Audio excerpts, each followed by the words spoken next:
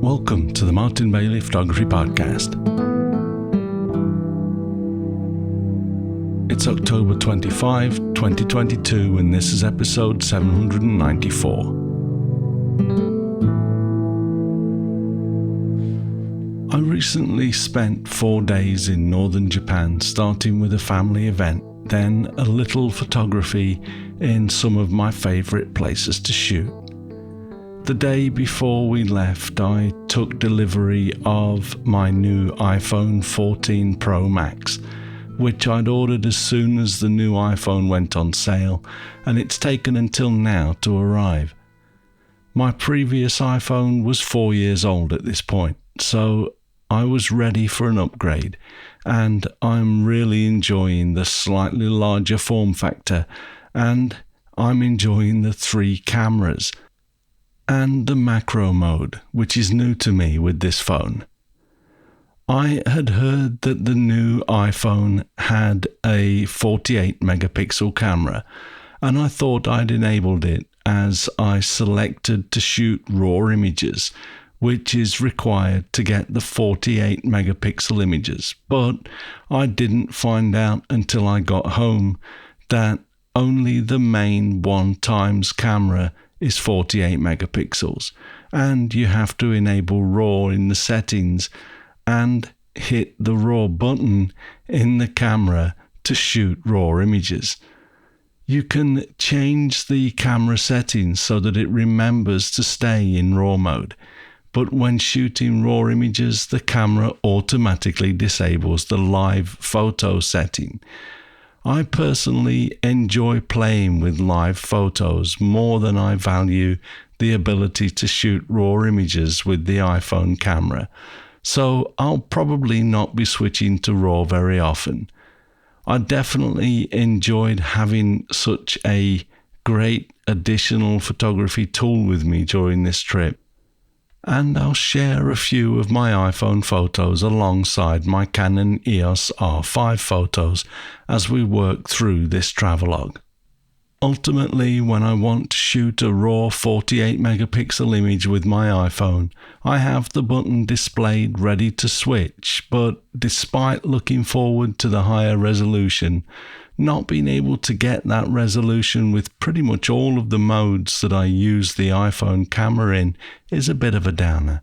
We weren't sure how much time we'd have left to go out shooting, as the family event and meeting some old friends was the highest priority for this trip, but we managed to get everything we needed to do done in the first 2 days.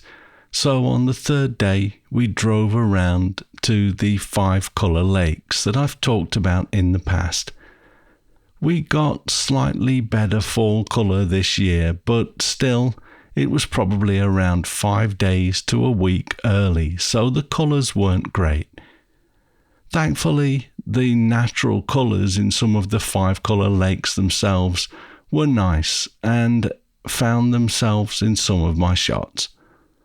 Like this one of a patch of the blue pond with a little bit of fall colour creeping in on the trees to the right. I placed the grey coloured bare tree along the right side of the frame and was careful to find a nice spot as the green tree on the left faded into the darkness to end the left edge of the frame.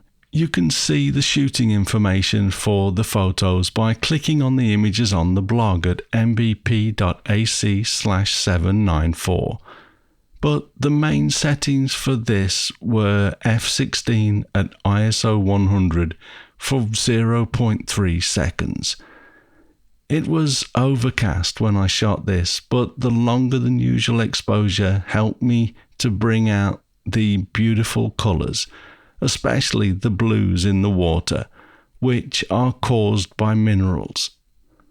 This next image is the same lake from around 90 degrees to the right of the previous shot and slightly more elevated.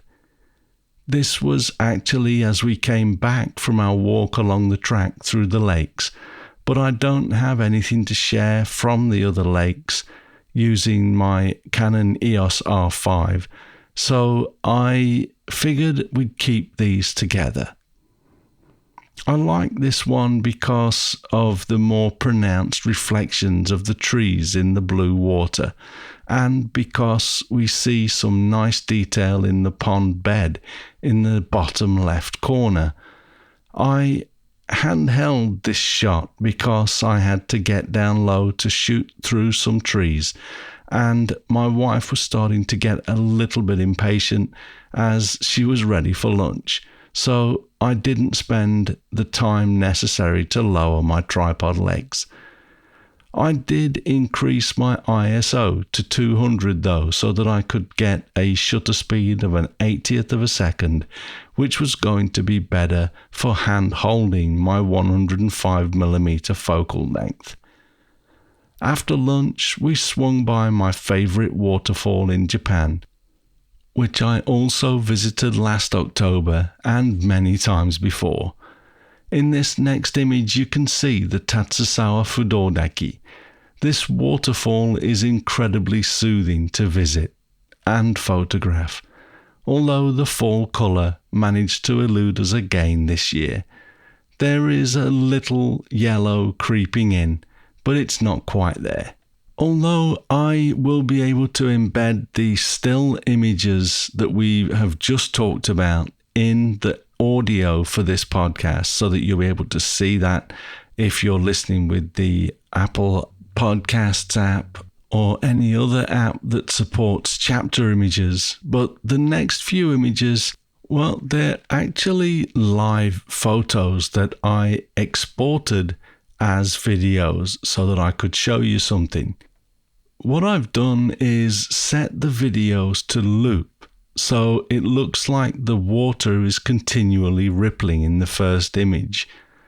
Note that to make this work, you have to use the code that you'll find when selecting the embed option on Vimeo, rather than pasting a link to the video in WordPress.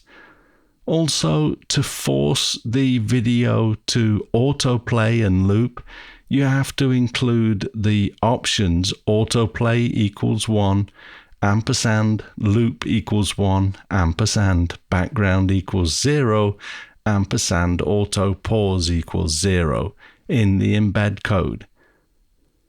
The first loop is very subtle and probably hard to miss, but there's a second live photo that I've also posted of the Kegon Falls from the following day. That was also shot with my iPhone 14 Pro Max and shared to Vimeo from the iPhone. And I added the code to make that loop as well, so you'll be able to see the more obvious movement, and this looks so much more effective in the loop.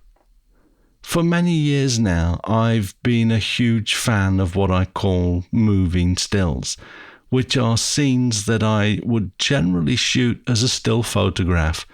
But since we got the ability to shoot video in our cameras, I started to switch to video and record 15 to 30 seconds of video so that the slight changes in the scene are recorded.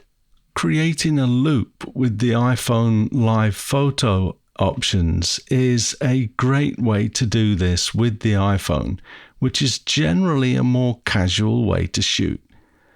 I'll be exploring this more as I get into my Japan winter tours, which will be going ahead in January and February next year.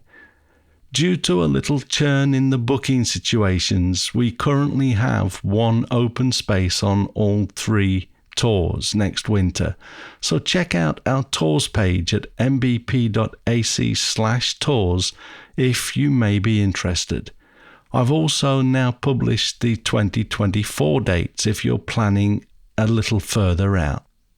Another thing that I found recently as I played with the iPhone 14 live photos is that you can also select long exposure in addition to loop in the live photo options. And this takes the information you have in your image and creates a long exposure, as you can see in this next image that I've posted in the blog, from the same location that I shared as a loop above, the Waterfalls.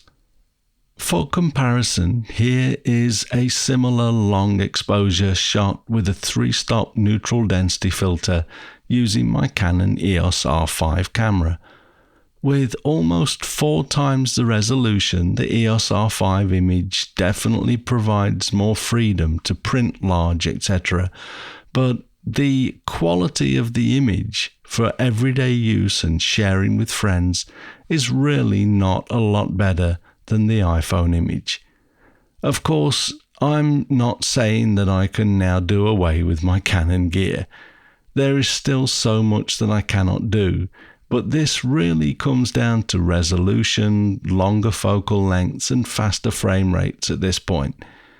With the computational photography that the iPhone uses, we can even get nice shallow depth of field in portrait mode, and the macro capabilities of the iPhone are now incredible too. Although not in macro mode, I've also embedded a video next in the blog post that I shot of a frog sitting near to a mountain stream during my visit to the 5 Colored Lakes. This is a 20-second or so slow motion video, so the water is very nice in this. But you can also see that the frog was captured very well too, at probably around 15 to 20 centimeters. Okay, so back to the second photography day from my recent trip, as I wanted to share one last photo before we finish. I've been doing this for many years too, but one of the things that I love to do with a long drop waterfall is to pan vertically with a longish exposure to capture the movement of the water as it tumbles through the air. Here is my favorite photo of the Kegon Falls in Okunikko, shot using this technique. The shutter speed for this image was 1/10 of a second, and as with any panning technique, it's a little hit and miss. You might get some shots that you don't pan perfectly vertically with, and it takes a bit of practice before you can pan with the water. Luckily, the way the Canon EOS R5 electronic viewfinder works gives a stroboscopic view of the scene that you're shooting as you release the shutter in a burst. So you can see that you're staying with the water when you get it right. I also converted this to black and white and increased the contrast using a Luma curve in Capture One Pro to remove the distracting brown rock from the background and the sides of the image. I've often thought of creating a Japanese style scroll or kakejiku of this kind of photo, but the kits available to make them are a bit cheesy, so I've never put this plan into action, although I think they would look good in that format. Anyway, we'll start to wrap it up there for this week. I had a lot of fun, both just getting out into the mountains with my wife and with my new iPhone 14 Pro Max. I've used the iPhone camera for video and slow motion as well as for time-lapse photography over the years, but now having the 3 cameras following my upgrade, I am enjoying the additional creative options for still photography, as well as playing with the various live photo options, as I've shared today. I doubt very much that these will be the last iPhone photos that you see from my travels, and I hope that you find what I do interesting. Thanks very much for listening today. If you enjoy this podcast, please consider supporting us on Patreon, which comes with various tiers of benefits depending on your contribution, although all tiers provide access to our private MVP community forum. From Tier 3, you can also join our monthly question time and ask me questions directly in a Zoom session, and view the archives of all previous sessions. For further details, check out our Patreon page at mbp.ac/Patreon. You can find me on Instagram, Facebook, Twitter and LinkedIn, and links to everything that I'm up to are at martinbaileyphotography.com, so do drop by and take a look. I'll be back next week with another episode, but in the meantime, you take care and have a great week, whatever you're doing. Bye-bye.